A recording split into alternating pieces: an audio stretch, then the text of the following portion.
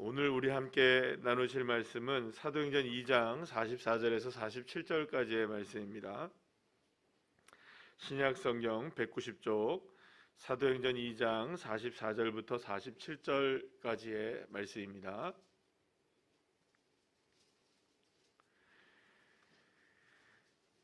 우리 함께 찾으신 줄 알고 44절부터 함께 합독하시겠습니다.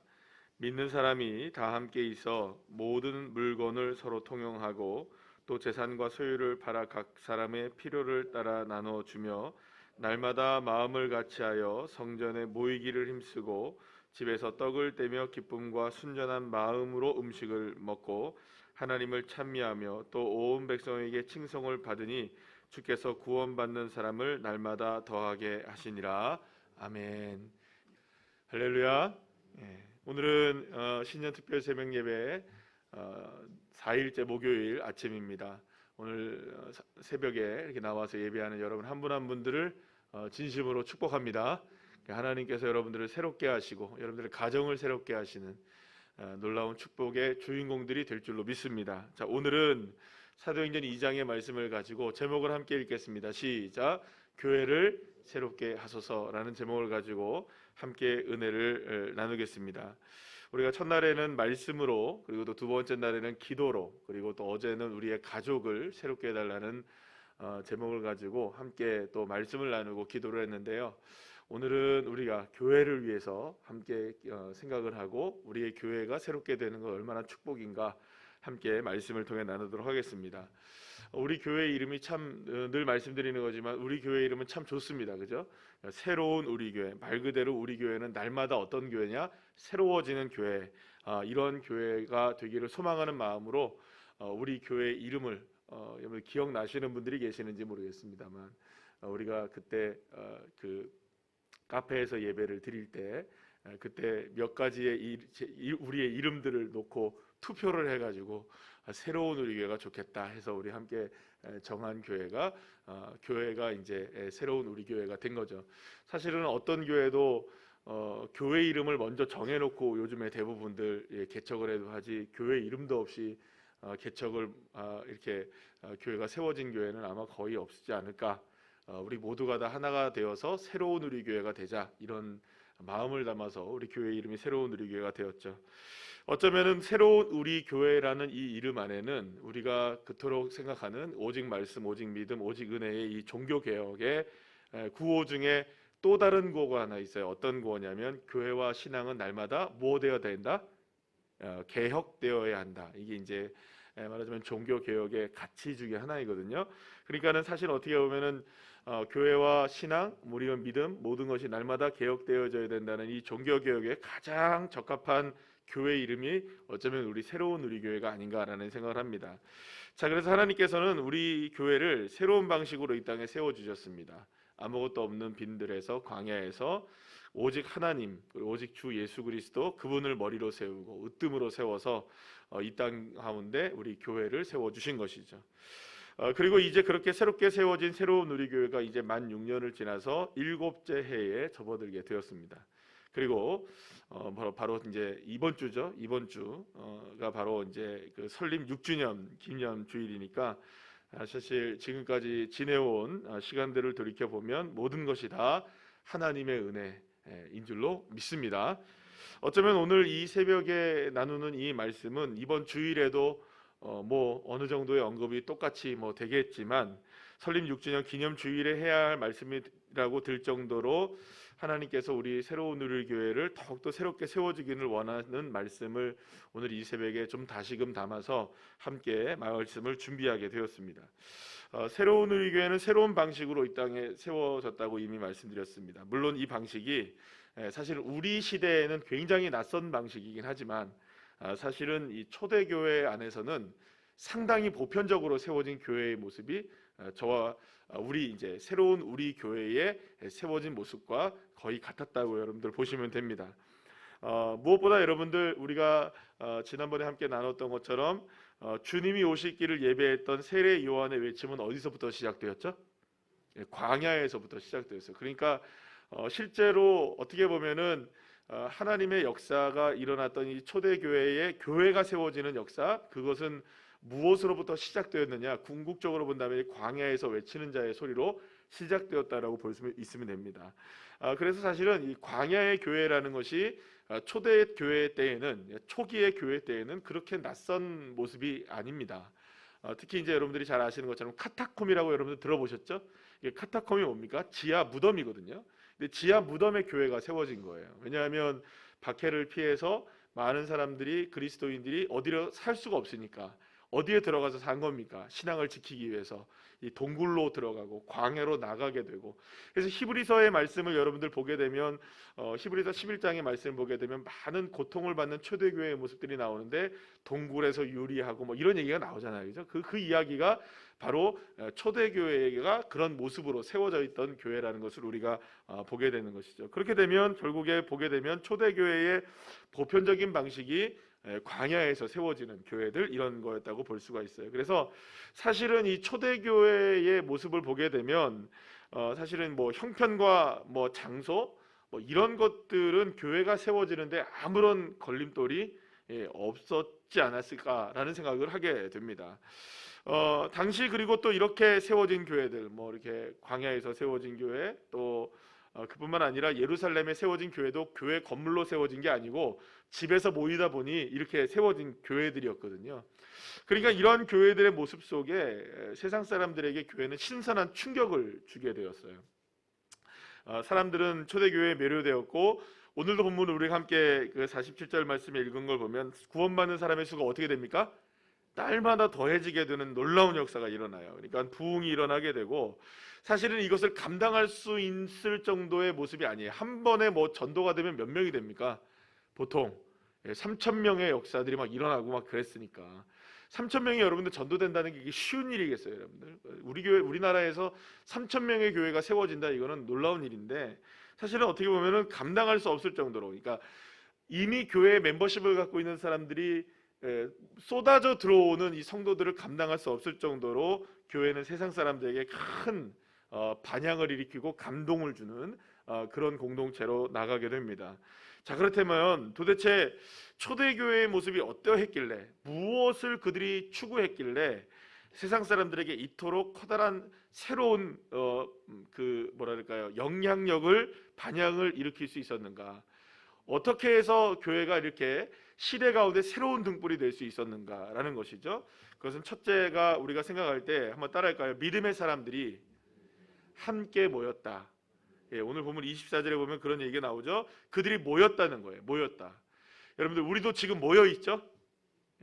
그리고 또 때로는 우리가 이제 코로나로 인해서 제일 어려워졌던 것이 뭐냐면 이 모임이라는 거예요. 모임. 지금도 여전히 모임이 쉽지가 않습니다. 그러니까 사실은 한번 모이지 않기 시작하면 이 모임을 한번 다시금 갖는데 많은 시간이 걸려요. 지난 2년 동안 우리가 코로나를 통해서 우리가 경험했던 바가 뭐냐면, 제가 교회에 이렇게 예배를 드리면서 경험했던 게 뭐냐면, 한번 교회의 그 온라인 예배로 완전 전환되고 나서 다시금 이제 모이는 예배로 이렇게 회복이 되려면 최소 2달이 걸리더라고요. 성도들이 그 자리에 다시 나올기까지는 2달이 걸리더라고요, 보통. 그러니까 이게 굉장히 지금 타격이 큰 겁니다. 우리 한국 교회도 엄청난 지금 타격이 있는 거죠. 그러니까는 뭐 어떤 분들이 얘기할 때는 10% 이상, 뭐 10%가 뭐예요? 뭐 20% 이상이 교회에 이미 모이지 못하는 그러한 모습들이 되었다. 물론 온라인으로 다양한 방법으로 뭐 유튜브나 줌이나 여러 가지 방법들로 우리가 모임을 갖고는 있으나 뭔가 이렇게 부족한 그런 것을 우리가 어떻게 할 수가 없습니다. 자, 그래서 초대교회는 어떤 교회느냐? 모이는 교회였다는 거죠. 모이는 교회. 그러면 여러분, 이 초대교회 성도들이 모여서 뭘 했겠습니까? 뭘 했겠어요, 여러분들? 그냥 모여서 그냥 교제 나눴겠습니까? 아니죠. 오늘 본문에서 보면 하나님을 뭐 했다고요? 찬미해요. 성전에 모이기를 힘쓰고 하나님을 찬미했다는 겁니다. 그러니까 이 사람들이 모여서 뭘 했느냐? 딱 한 가지 한 겁니다. 우리로 치면 지금 우리가 하는 것처럼 뭘 했어요? 예배 드린 겁니다. 예배. 그러니까 초대교회에 있어서 가장 중심은 뭐였느냐? 교회의 중심은 무엇이었느냐? 예배에 있었다는 것이죠. 그래서 어떠한 상황에서도 그들은 예배를 포기하지 않았고, 어떠한 상황에서도 예배가 모든 것이 되었던 것을 우리가 보게 됩니다. 그러니까 예배 드리기 위해서 모이는 것이지 그러니까 기준 자체가 교회의 기준은 예배를 위해서 모이는 것이지 다른 어떤 것을 위해서 모이는 것이 아니었다는 거예요. 그래서 히브리서 10장 25절 말씀 우리 다 같이 한번 읽어볼까요? 시작. 모이기를 패하는 어떤 사람의 습관과 같이 하지 말고 오직 권하여 그날이 가까움을 볼수록 더욱 그리하자. 아멘. 그러니까 주님이 오시는 그날까지, 그날이 가까이 오면 가까이 올수록 우리는 더 모이기를 힘써야 하는 것이지, 모이기를 패하는 어떤 사람들과는 우리가 상종을 하지 말아야 되는 겁니다. 그러니까 모이는 것에 있어서는 이론의 여지가 없는 겁니다. 그럼 모여서 뭘 할까요? 다시 한번 모여서 뭘 할까요? 예배죠, 예배. 그러니까 예배를 드리기 위해서 모이는 것에 있어서는 타협이 없는 겁니다. 타협이 있어서는 안 되는 거죠. 그러니까 저와 여러분에게 있어서 예배가 교회의 가장 중요한 목적 가운데 하나라는 사실에 이론의 여지를 달아서는 안 되는 겁니다. 아멘이시죠? 우리 교회가 새로운 우리 교회가 새로워지는 교회가 되기를 원한다면 우리는 날마다 모이기 힘쓰되 무엇을 하기 위해서 모여야 되느냐? 예배하기 위해서 모이는 겁니다. 물론 여러분 혼자서도 예배할 수 있어요.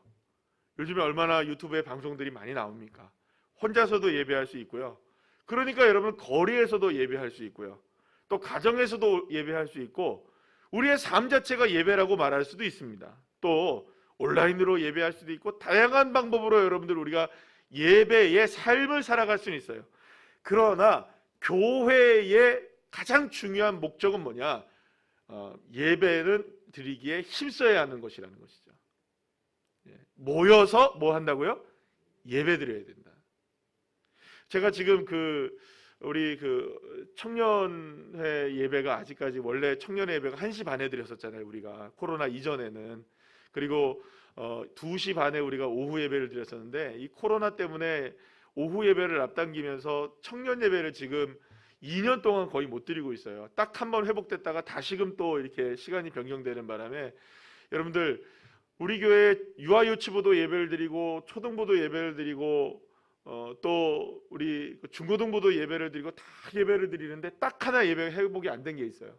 우리 청년의 예배가 아직 회복이 안 돼요. 그래서 어제도 우리 청년 회장하고 같이 함께 이야기를 나누면서 그런 얘기를 했어요. 우리 빨리 청년의 예배가 어떻게든 회복될 수 있도록 함께 기도하자. 이게 모여야 되는데 청년들이 모여서 뭘 해야 하는데 예배를 드려야 되는데, 그러니까 여러분들이 예배의 회복이야말로 우리의 신앙의 회복일 뿐만 아니라 우리의 모임의 회복일 뿐만 아니라 공동체 회복일 뿐만 아니라 교회의 회복의 역사가 일어나는 겁니다. 그래서 여러분 예배의 자리는 두말 않고 오는 겁니다. 아멘. 뭐 이론의 여지를 남겨놓는 게 아닙니다. 우리가 내가 예배를 그러니까 이런 겁니다. 우리 교회에서 드리는 예배, 여러분 잘 생각해 보세요. 우리 교회에서 드리는 예배 첫 번째 시작. 주일부터 한번 이렇게 손꼽아서 생각해 보세요. 시작. 1부 예배, 2부 예배, 또 오후 예배, 월요일날 새벽 예배, 화요일날 새벽 예배, 수요일날 새벽 예배, 수요일날 저녁 예배, 목요일날 새벽 예배, 금요일날 새벽 예배, 금요일날 철회 예배, 그죠? 우리 공식 예배가 10번이 드려져요. 이 10번. 그러면 이 10번 중에 여러분들 한번 생각해 보세요. 10번 중에 내가 안 나와도 되는 예배는 있을까요? 없을까요? 없어요. 안 나와도 되는 예배는 없는 거예요. 우리는 근데 정해놓죠. 내가 나가는 예배는. 그죠? 여러분 그러니까 사실은 어떻게 보면 교회의 존재의 목적은 뭐냐? 하나님을 예배하는 데 있는 겁니다. 아멘. 더 크게 아멘 하셔야 되는데 아멘. 그러니까 우리가 생각할 때에는 내가 나와도 되고 안 나와도 되는 예배를 구분하지만 사실은 그런 건 없습니다. 모든 예배는 우리가 사실은 참여자가 되어야 되고 함께하는 자가 되어야 되는 것이죠. 그래서 여러분 교회가 새로워지고 날마다 새로워지는 교회가 되려면 함께 모여서 예배하는 공동체가 되어야 돼요. 여러분들한테 한번 꼭 읽어보시기를 권해드렸는데 아마도 많이들 아직까지 안 읽어보시지 않았을까 생각하는 책 하나가 이제 필립 얀시라는 분이 쓰신 교회 나의 고민 나의 사랑이라는 작은 책자가 있어요. 글자가 작아서 지만 뭐 책자가 작기 때문에 한번 꼭 읽어보시기를 권해드리는데, 여기에 보면 이렇게 얘기를 해요. 무슨 얘기를 하냐면 교회에 관해서 이 필립 얌씨가 이렇게 얘기합니다. 교회가 존재하는 주된 이유는 즐거움을 제공하거나 약한 모습을 받아주거나 자존감을 세워주거나 우정을 복돋는 게 아니고 하나님을 예배하는 것이다. 그 일에 실패하면 교회는 실패하는 것이다. 사랑하는 여러분, 우리 교회에서 가장 성공적인 사역이라고 하면 뭐지만 가장 성공적으로 이루어져야 될 것은 예배입니다. 아멘이십니까? 나의 삶도 마찬가지입니다. 예배가 세워지면 다 세워집니다. 예배가 세워지면 우리의 가정이 세워지게 되고요. 할렐루야. 그래서 여러분들, 제가 늘 말씀드리는 거지만 우리 짝믿은 가정들, 특히 홀로 예수님을 믿는 믿음의 분들이 계시잖아요. 가족들이 아직까지 함께 합심이 되지 못한, 분명히 하나님이 역사하실 줄 믿습니다. 우리 교회도 보면은 이게 합심 가정 되어지는 역사들이 있어요, 그죠? 그러면 홀로 드리던 가정 예배, 참 여러분들 어렵죠. 그게 쉽지 않은 일입니다. 그러나 믿음을 가지고 우리 가정에 내가 예배를 시작할 때 홀로라도, 나 혼자 옆방에서 혼자 그냥 작은 목소리로 예배를 드리기 시작할 때, 그때 하나님은 그 가정에 하나님의 나라를 이루어가게 하시는 것이죠. 그러니까 예배가 세워지면 삶이 세워지게 되는 거죠. 교회에서의 예배가 온전해지면 하나님의 역사가 일어나는 겁니다. 한국교회의 지금 어려운 점 하나가 바로 이 예배에 있는 겁니다. 우리 성도들의 어려움도 예배에 있을 수 있어요. 그래서 여러분들, 이 코로나 시대 속에서 우리 교회가 다시금 예배를 확실하게 세워가는 우리 교회가 될 줄로 믿습니다. 예배가 실패하면 교회가 실패하는 것이다. 정말 뜨끔한 말입니다, 여러분. 그죠? 그러니까 우리가 예배의 성공자들 되자, 이거 그냥 구호가 아닙니다. 우리의 사명인 것이죠.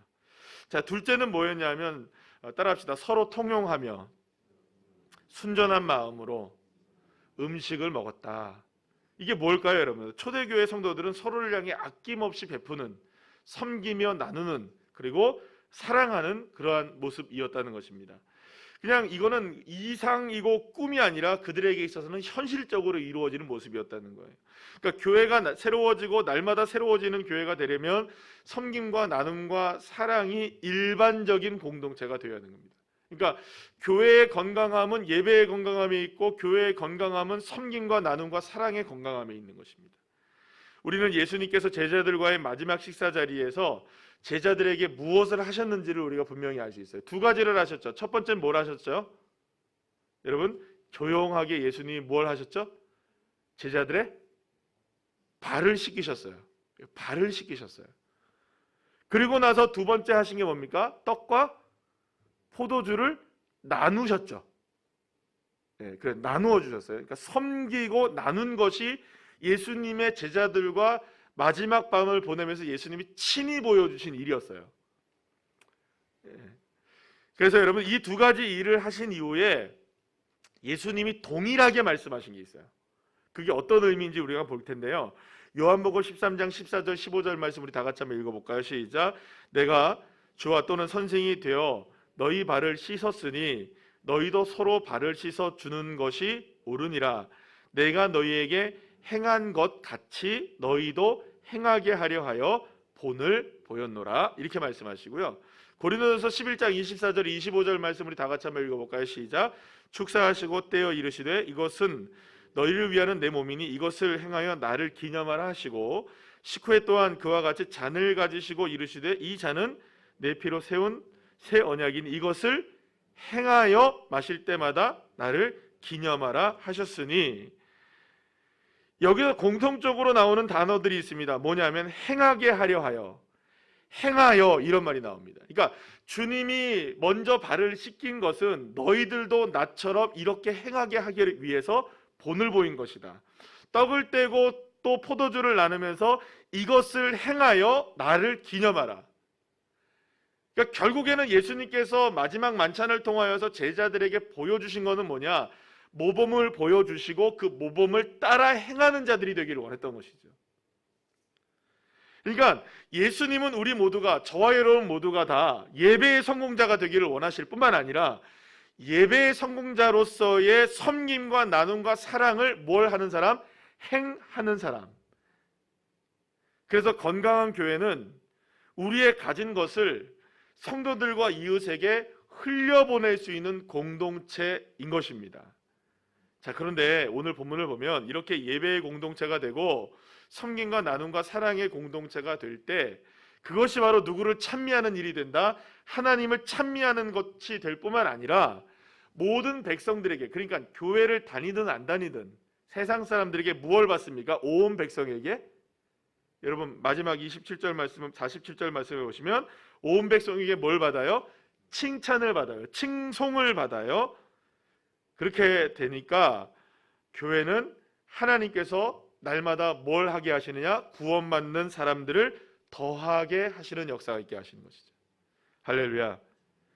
물론 이렇게 생각할 수 있습니다. 이거는 이렇게 이상적인 교회가 되면 얼마나 좋을까. 하지만 우리 교회는 그런 교회가 아니잖아. 이렇게 생각할 수는 있습니다. 물론 새로운 우리 교회가 하나님이 기뻐하시는 완전한 예배 공동체로 세워지지는 않았을 수도 있습니다. 완전한 예배를 우리가 드리고 있느냐, 온전한 예배를 드리고 있느냐, 뭐 그렇지 않을 수도 있습니다. 교회 나와서 예배를 드리는 우리의 모습이 주님이 보시기에 참 연약하고 부족해 보일 수도 있어요. 그죠? 때로는 우리가 예배를 드리면서 마음을 딴 데다 두기도 하고요. 그죠? 또 다른 생각을 하면서 예배 자리에 나올 수도 있고, 그러니까 온전하게 주님을 예배하지 않을 수도 있습니다. 말씀드린 것처럼 일주일에 10번의 예배가 우리 교회에서 공예배로 드려지는데 그 예배 가운데 우리가 모든 걸 다 참여하느냐? 뭐 그렇지 않을 수도 있습니다. 그러니까 여러분들, 우리 교회는 완전한 예배의 공동체냐? 그렇지 않을 수 있어요. 또 한 가지, 섬김과 나눔과 사람의 공동체냐? 그렇지 않을 수 있어요. 여러분들, 여러분, 우리가 교회가 완전한 사랑의 공동체입니까? 막 보면 막 사랑이 뚝뚝뚝뚝 떨어지고 막 모든 것들이 용서가 되고 막 그렇습니까? 그럴 줄 믿습니다. 그렇게 되기를 소망합니다. 아직 그러지 못할 수도 있겠죠. 여전히 그래서 불완전하고요, 여전히 부족하고 여전히 모자란 부분이 있어요. 그래서 여러분, 때로는요 이렇게 생각할 수도 있는 겁니다. 우리 교회가 예배가 더 좋아졌으면 좋겠는데 우리 교회가 왜 이러지? 생각할 수 있습니다. 또 왜 우리 교회는 이렇게 섬김과 나눔과 사랑이 잘 안 되지? 그럴 수 있습니다. 그래서 서로들 간에 힘들 수도 있습니다. 모난 부분으로 인하여서, 연약한 부분으로 인하여서 우리가 때로는 실망하기도 하고, 또 때로는 용기를 잃기도 하고, 때로는 상처를 받기도 합니다. 여러분, 한 가지 여쭤보죠. 교회 신앙생활하면서 상처 안 받으신 분 계십니까? 없습니까? 한 번이라도 상처를 안 받으신 분은 그분은 박물관에 계셔야 될 분이죠. 그럼 목사는 상처 받을까요? 안 받을까요? 오 주님, 주님만이 아십니다. 주님만이 아시겠죠. 자, 날마다 새로워지는 교회가 되기를 원하지만 여전히 우리는 옛 구습에 얽매여 있을 수도 있는 것이죠. 제가 방금 아까 전에 소개해드린 필리미안 씨가 쓴 교회 나의 고민 나의 사랑의 마지막 부분에 보면 한 가지 이야기를 소개시켜주고 있어요. 미국의 한 고등학교 관현악단에 관한 이야기를 예를 들어서 필리미안 씨가 마지막에 이야기를 해요. 이런 얘기를 합니다. 우리로 얘기하면 뭐 화암고등학교, 뭐 문영고등학교 이런 이야기겠죠. 밀피타스 고등학교에는 관현악단이 있습니다. 그런데 그 관현악단이 베토벤 교향곡 9번을 연주를 합니다. 아마도 청각을 잃은 베토벤이라 해도 학생들이 연주하는 소리에 놀라 무덤 속에서 돌아눕는다 할지라도 놀라지 않을 것입니다. 그럼 왜 굳이 이 어려운 연주를 시키는 것이냐 질문이 나오겠죠. 베토벤이 품었던 불멸의 뜻을 연주해내는 그 막중한 짐을 왜 그 불쌍한 고등학생들에게 지우는 것이냐고 말입니다. 그런데 밀피타스 고등학교 관현악단이 아니고는 베토벤의 위대한 교향곡 9번을 접할 수 없는 사람들이 있습니다. 완전함과는 거리가 멀지만 그럼에도 불구하고 그들이 베토벤의 메시지를 들은 것은 그것밖에는 없기 때문입니다. 이런 이야기를 해요. 이게 어떤 의미를 갖고 있는 이야기냐면, 이 관현악단의 고등학생 관현악단의 여러분들이 한번 생각해 보세요. 얼마나 위대한 베토벤의 9번 교향곡입니까? 너무나 위대하고 너무나 우리가 잘 아는 그 엄청난 그 교향곡을 이 고등학생들이 다 100% 소화해낼까요? 못할까요? 틀리겠죠. 삐걱거리겠죠. 소리도 제대로 안 나겠죠. 그런데 여러분, 그렇다 할지라도 이들이 연주하는 베토벤 교향악 9번 그 교향악이 비록 성공적이지 못한다 할지라도 그들이 연주하는 그 음악을 들음으로 인하여서 교향곡 9번, 베토벤의 그 교향곡 9번을 들을 수 있는 사람들도 있다는 것이죠. 이건 무슨 얘기를 하는 겁니까? 이 땅의 교회는 주님이 말씀하신 것을 완벽하게 이 땅에서 구현해내지 못할 수는 있습니다.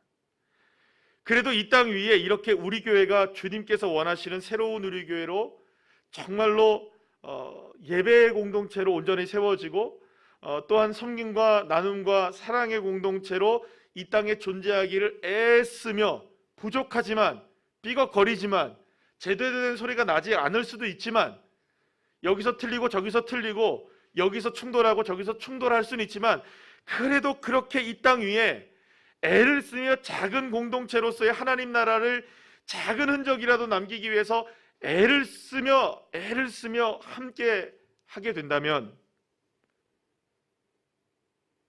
그래도 이 땅 가운데 새로운 우리 교회를 세워주신 하나님의 작은 목적을 누군가에게라도 이루어가는 교회가 되지 않겠습니까? 할렐루야.